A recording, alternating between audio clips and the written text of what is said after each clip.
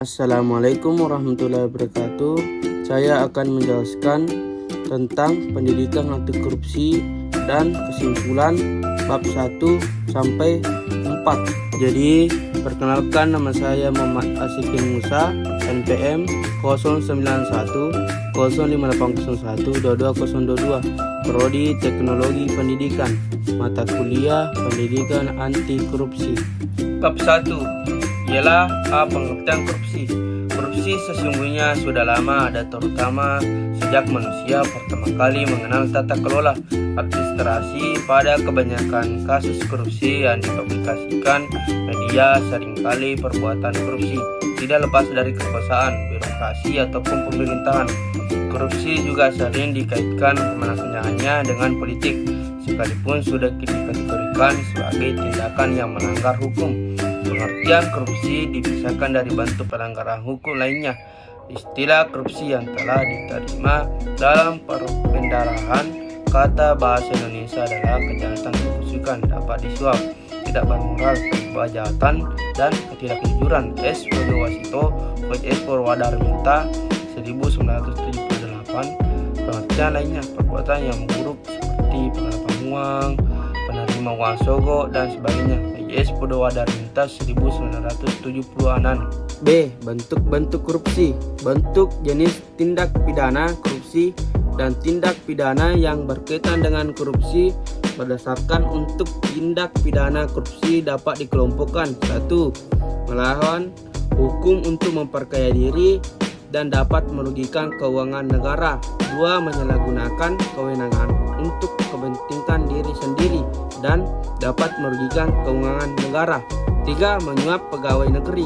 4. Memberi hadiah kepada pegawai negeri karena jabatannya. 5. Pegawai negeri menerima suap. Dengan demikian, secara perspektif gratifikasi tidak selalu mempunyai arti jelek, namun harus dilihat dari kepentingan gratifikasi. Akan tetapi dalam praktik seseorang memberikan suatu tidak mungkin dapat dihindar tanpa adanya pamrih. C. Sejarah korupsi. Korupsi di Indonesia sudah memudaya sejak dulu, sebelum dan sesudah kemerdekaan. Di era Orde Lama, Orde Baru berlanjut hingga era reformasi, berbagai upaya telah dilakukan untuk memberantas korupsi, namun hasil masih jauh panggang dari api. Periodisasi korupsi di Indonesia secara umum dapat dibagi dua, yaitu periode pra-kemerdekaan dan pasca kemerdekaan. Amin Rahayu. Bab 2 ialah B. Faktor penyebab korupsi. Banyak faktor yang menyebabkan terjadinya korupsi, baik berasal dari dalam diri pelaku atau dari luar pelaku, sebagaimana dikatakan Yamamah bahwa ketika perilaku materialistik dan konsumtif masyarakat serta sistem politik yang masih mendewakan materi, maka dapat memaksa terjadinya permainan uang dan korupsi. Ansari Yamamah 2009. Dengan kondisi itu hampir dapat dipastikan seluruh pejabat kemudian terpaksa. 1. Faktor politik. Politik merupakan salah satu penyebab terjadinya korupsi. Hal ini dapat dilihat ketika terjadinya instabilitas politik, kepentingan politis para pemegang kekuasaan, bahkan ketika meraih dan mempertahankan kekuasaan.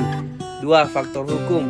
Faktor hukum bisa dilihat dari dua sisi. Di satu sisi dari aspek perundang-undangan dan sisi dan lemahnya penegak hukum. 4. Faktor organisasi. Organisasi dalam hal ini adalah organisasi dalam arti yang luas, termasuk sistem pengorganisasian lingkungan masyarakat. B. Penyebab korupsi dalam perspektif teoritis.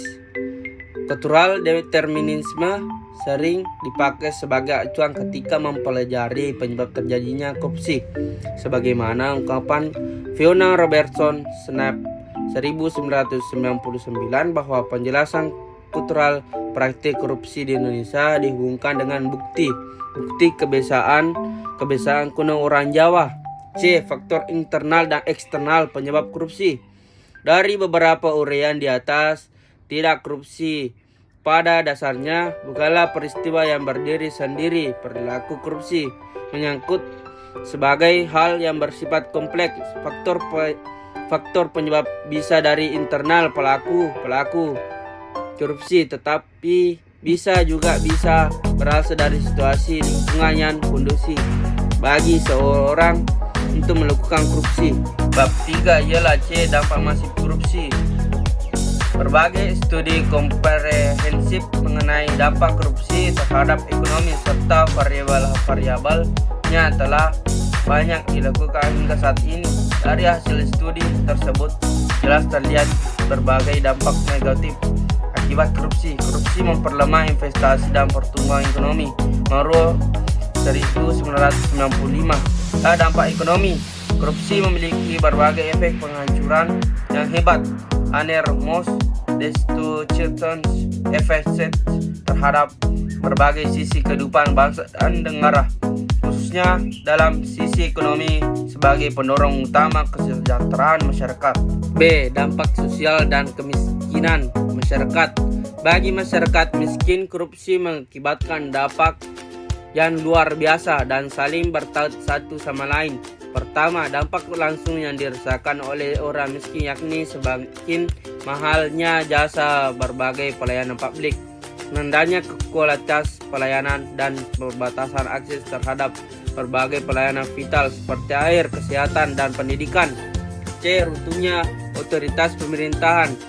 Korupsi bukan suatu bentuk tindak pidana bisa karena ia merusak sendi-sendi kehidupan yang paling dasar, yaitu ketika sosial bahkan kemanusiaan. Kejujuran sudah tidak ditegakkan lagi, dan yang paradoksal adalah siapapun yang meneriakkan kejujuran justru akan diberikan sanksi sosial dan politik oleh otoritas materi, aparat, pengusaha, bahkan oleh masyarakat sendiri. Bab 4 ialah nilai dan prinsip anti korupsi.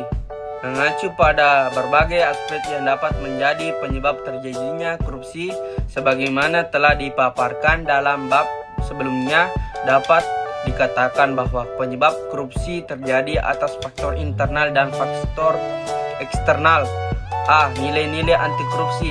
Nilai-nilai anti korupsi yang akan dibahas meliputi kejujuran, kepedulian, kemandirian, kedisiplinan, pertanggungjawaban, kerja keras, kesederhanaan, keberanian, dan keadilan. Nilai-nilai inilah yang akan mendukung prinsip anti korupsi untuk dapat dijalankan dengan baik. B. Prinsip-prinsip anti korupsi. Setelah memahami nilai-nilai anti korupsi yang penting untuk mencegah faktor internal terjadinya korupsi, berikut akan dibahas. Prinsip-prinsip anti korupsi yang meliputi akuntabilitas, transparansi, kewajaran kebijakan, dan kontrol kebijakan untuk mencegah faktor eksternal dan penyebab korupsi. Itulah yang tadi saya jelaskan tentang pendidikan anti korupsi. Apabila ada kekurangan, mohon dimaafkan. Billahi fi sabilil haq fastabiqul khairat. Assalamualaikum warahmatullahi wabarakatuh.